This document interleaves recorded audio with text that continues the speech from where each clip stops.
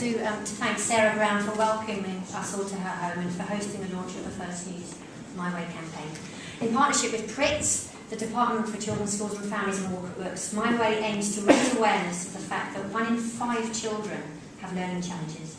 We aim to dispel the stigma many of these children feel, busting apart any myths that they are less intelligent, to show that we each learn in a different way, don't we?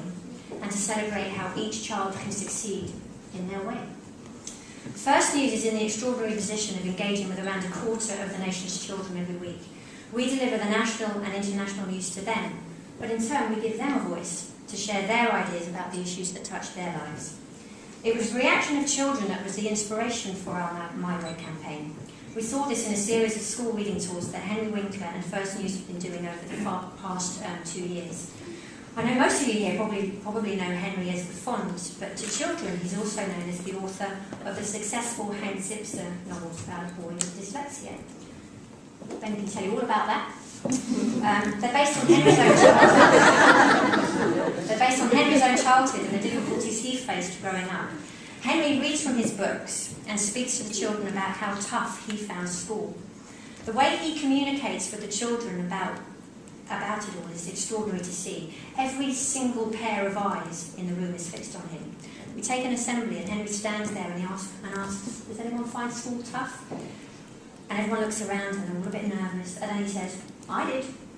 He makes it okay. He tells them how he found maths hard, how he found reading hard, how he found spelling hard, but how he was great at lunch. He tells them that he could eat a tuna sandwich better than anyone else in his class. And yet he tells them that despite his learning challenges, he managed to find his own way to succeed, to become a famous actor, a director, a producer and an author. And this was the boy who wasn't allowed to be in the school play because he had to have extra maths lessons. And by the end of our visits, no child is ashamed to put up their hand to say that they find schoolwork hard. Any embarrassment, any isolation that children with learning difficulties had felt is gone. The rise in the self-esteem of the children who are struggling in these schools is almost tangible, and we can see that their friends are seeing them in a completely new light too. We'll be visiting more schools on our annual reading tour in June, but for those children we don't get to meet in person, First News will be carrying reports in support of the My Way campaign in the paper and online over the next 6 months. Through My Way, we're not trying to change the system. We leave that to the educationalists and the experts to figure out. But what we are trying to do is change how children feel. What Henry says is that every child should know is that how they learn has nothing to do with how smart they are. They all have brilliance inside them.